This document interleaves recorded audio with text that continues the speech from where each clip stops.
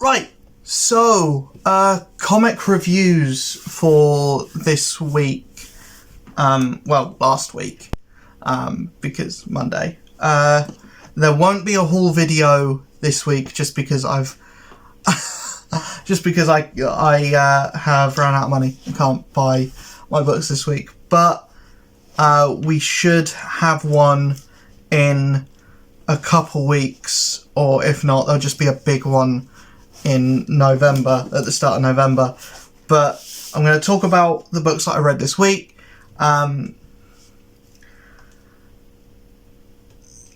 This week has been weird because none of the books that I read were necessarily bad, but there wasn't a standout great one either.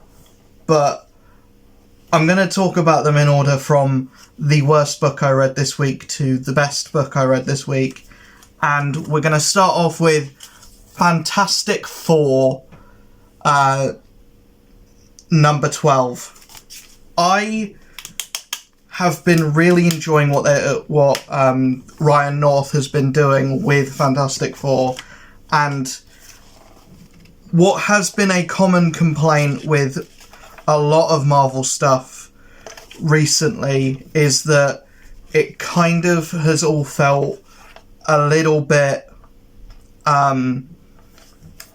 quick. It's felt like every book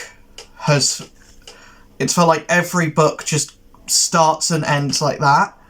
And for me, it's like, if you're going to start charging more per issue, like $3.99, $4.99, you know, you're getting some issues that are like $9.99. You want that bang for your buck, and you want an issue to feel like there's enough substance in it. And the thing with Fantastic Four is it always feels like there's substance there. It always feels like it takes longer to read a Fantastic Four issue than any other book. I don't know if that's more pages. I don't know if that's just because it feels longer, because it's like every issue is like a one and done, or a two-parter, so they've got to pack more stuff into each issue, or if it's just relatively boring. It's certainly not, and this issue certainly isn't boring itself. It's just the actual concept of it is very out there and very weird, and maybe this is just too weird for even me. The front cover is not a lie. This happens in the book. There is a Brachiosaurus Thor, there is a Stegosaurus or a Spinosaurus Captain America, a Lambeosaurus Captain Marvel, a Brachiosaurus Iron Man, a Parasaurolophus Thor, a Shantungosaurus Doctor Strange. There's dinosaur versions of the Avengers, and later in the issue there's dinosaur versions of there's dinosaur versions of the Fantastic Four, obviously, which that's a cool.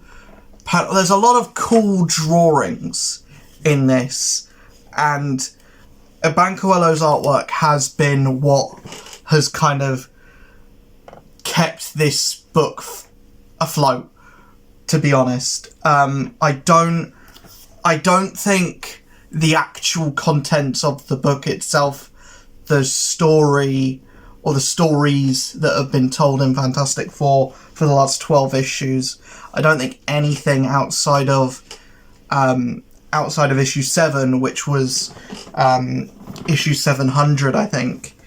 Yeah, issue 700. I don't think anything outside of that has been standout story-wise, but I think the artwork has the art, it's one of the best looking Marvel books at the moment, and that's saying a lot, because I think Marvel is like at its tippity top when it comes to how their books look. As for me, the actual plot of the book, the main Fantastic Four have gone to an alternate reality or an alternate dimension where every superhero, every person, like, everything is exactly the same. Origin stories are the same, but evolution never took place, and the dinosaurs were never wiped out by a meteorite. So every character that you know is a dinosaur version of that character, and not like anthropomorphic dinosaurs. These are actual dinosaur, an actual dinosaur dressed up as Captain America, or an actual dinosaur dressed up as Thor, and so on and so forth. It's a wacky out there concept, and it's weird. And then the dinosaur Fantastic Four have made it over to our world, and they're fighting the 616 Avengers, and when, you know, Reed finds a way for the main Fantastic Four to come back, he's attacked by a T-Rex version of Doctor Doom. And then from the cover of the next issue, it looks like the dinosaur Doctor Doom and Doctor Doom again a team up, which surely that's a much bigger story than 2 issues, surely. But also, like, the designs are cool.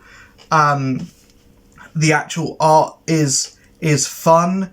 It's just, I don't know if this necessarily is for me. I'm not digging it.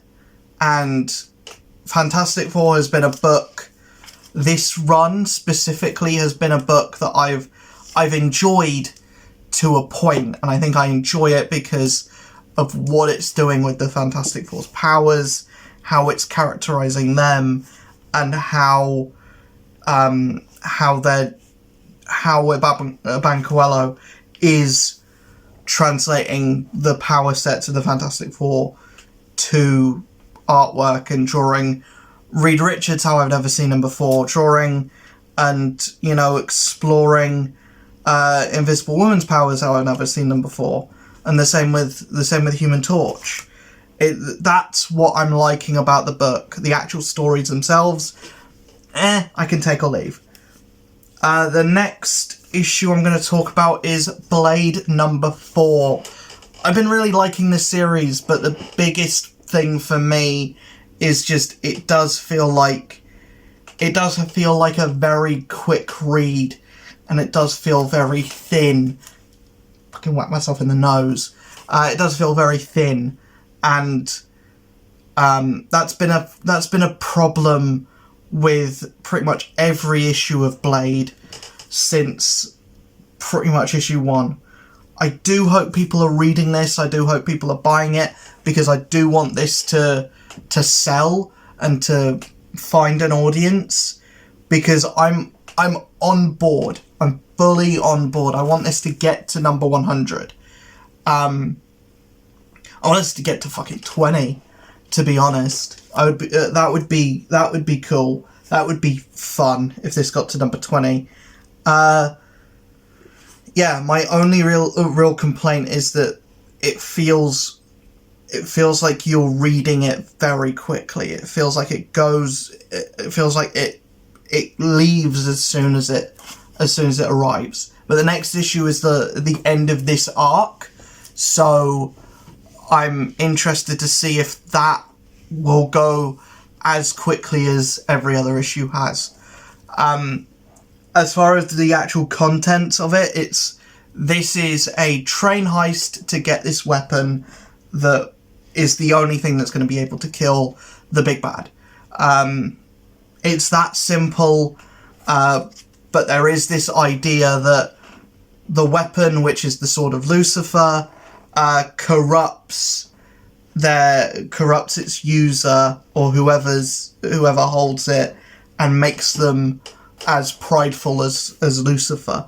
And I think it's an interesting idea. I'm interested to see where it goes. I'm interested to see the end of this arc and going into the next one, because the next arc is going to deal with Dracula, and apparently Dracula is going to be taking on like a more parental role to Blade, which is very weird, and I want to see how that goes about. But this, as far as this issue is concerned, it goes by very quickly, and that may be a good thing for some people, but for me, if I'm paying nearly £5 for a book, I want it to feel like £5 worth. I want it to feel like it's taking... I want it to feel like I've spent £5 on it. And I just don't. I don't for a lot of Marvel books. DC, it's different. DC, every time I read a DC book, it feels like I've read what I've paid for. With Marvel, it doesn't necessarily feel like that. And yeah, that's a big thing for me. Like, if you're paying a premium price for basically every comic book that you buy, every comic is above £3 now, like $3.99. So you want to feel like you're getting what you paid for. But yeah, the next book I'm going to talk about is Black Panther number 5, Legacy number 217. I really like what this series is doing. Again, one of the best looking books coming out at Marvel. Some of the best covers as well. My biggest complaint with this has been the first 4 issues were teasing a showdown between Black Panther and Deathlock. That fight, when that happened in issue 4, was very underwhelming. It didn't last that long at all. It was basically the prelude, the like prologue of issue 4 was just fight against Deathlock for like a page, and then off on your merry way. This issue is like dealing with all of the fallout and also introducing who is going to be the actual big bad and who is Black Panther going to fight in issue 6. I've really enjoyed what they've done with like how everyone in Burning T'Chaka thinks that this version of Black Panther is pretending to be Black Panther. They think that this isn't actually T'Challa. I really like the characterization of T'Challa himself. The fact that he's like using a disguise, that he's kind of blended in with this family. I really like that this feels like a street level book.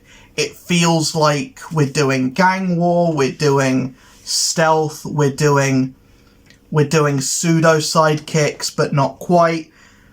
We're doing like really, we're stripping Black Panther down to the basics, down to the bare minimum. We're taking him into a different, and this is basically like when Black Panther became the man without fear, when he was in Hell's Kitchen for a bit. That's essentially what this is. We're doing Black Panther Daredevil again. And I really like that idea. I like that pitch. The whole idea of we're taking Black Panther, we're taking away the royalness, we're taking away all the gadgets, we're taking away the Avengers, we're taking away all of that, and we're taking away Shuri, we're taking away the royal family, we're taking away even Burnin' Zana. We're taking away him being king, we're taking away everything. We're taking away the planes, the jets, the vibranium even, and we're just putting him in this entirely unique situation where he's like a fugitive on the run, trying to stay hidden, and just basically taking him down to bare essentials. And I really like it. I really like the suit design, I really like the shield, I really like the design of the spear even. I just think this book is great, and I think it definitely, I think if it carries on in this trajectory, we may be looking at a new like classic. I think that this book could do for Black Panther what Chip Zdarsky and Marco Tichetto just did for Daredevil. I think it could do similar to what Jed MacKay's doing with Moon Knight at the moment. Even Blade, I think, could do similar to what what Jed MacKay is doing with Blade at the moment, or with Moon Knight at the moment. I think this could be up there with those, with how good those are. The penultimate book I'm going to talk about, and one that I really enjoyed this week, was Blue Beetle #2. I feel like this actually felt like a good second issue, whereas issue 1 felt like it was a good comic, it was a good issue, but it was a good start to a second arc, and I feel like that's what this should be treated as. This should feel like a continuation of a storyline that I didn't read. It should feel like jumping into a run at issue 7. And where I think that's not really the smartest thing to do, I've kind of accepted that a little bit, and I really like this book now, and I hope people buy it, because, you know, all the characterization's right, the Justice League International show up for a bit, because Ted Kord is in a hospital bed. He's nearly gotten killed by this character called the Blood Scarab, who his or her kind of thing is they're hunting down pretenders and fake beetles, and the idea is, the one issue I have with this book, and it's obviously a small thing, but it does play into a trope that I really hate, and it seems to be a comic book thing only, and it's where the villain has an obvious, like, thing, or an obvious, there's a situation where the villain can easily kill the hero, but they're like, not yet, I'm going to fight you later when you're ready, when we're over there. I could kill you now, but I won't. I'll wait till the final issue, till you're strong enough to beat me. I don't like that trope, but I think everything surrounding it is good, and the villain especially is very interesting, and I like the design. I like that they're not big, and I think the art definitely helps that. The art definitely, it feels right for the tone of the book. The tone of the book is not necessarily upbeat, because it is like just the kind of the hunt for beetles or people with scarabs, but it doesn't feel dark either. It feels like the tone that a Blue Beetle book should always be, and I really like it. I just really like this book. I think they've done something really, really special here. I think, I just think, I hope that this is selling. I hope that people are reading this, and it doesn't feel thin either. It doesn't feel like it's being condensed. It doesn't feel like it's been written for a trade, even though it probably has. And this is probably going to last 6 issues. But it feels like this should last 6 issues. Only the tiny little niggle, but it feels, but that's a thing that's very personal to me. But yeah, everything about this book is good, and it is like, great even. But there is one book that I read this week that is better than Blue Beetle number 2, and that is Capwolf and the Howling Commandos, issue 1. I love this. I genuinely love this book.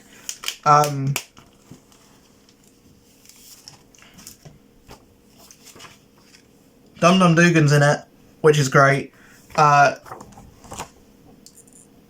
It looks like a self-serious World War II book, but then it goes into kind of horror territory, and then we see Catwolf right on the end, right in the last page, and I was like,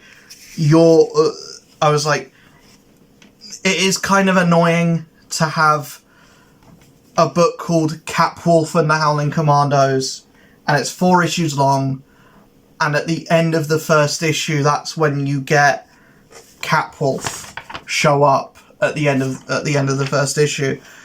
But I think the pacing of this issue, it goes by really quickly, but it also doesn't feel like,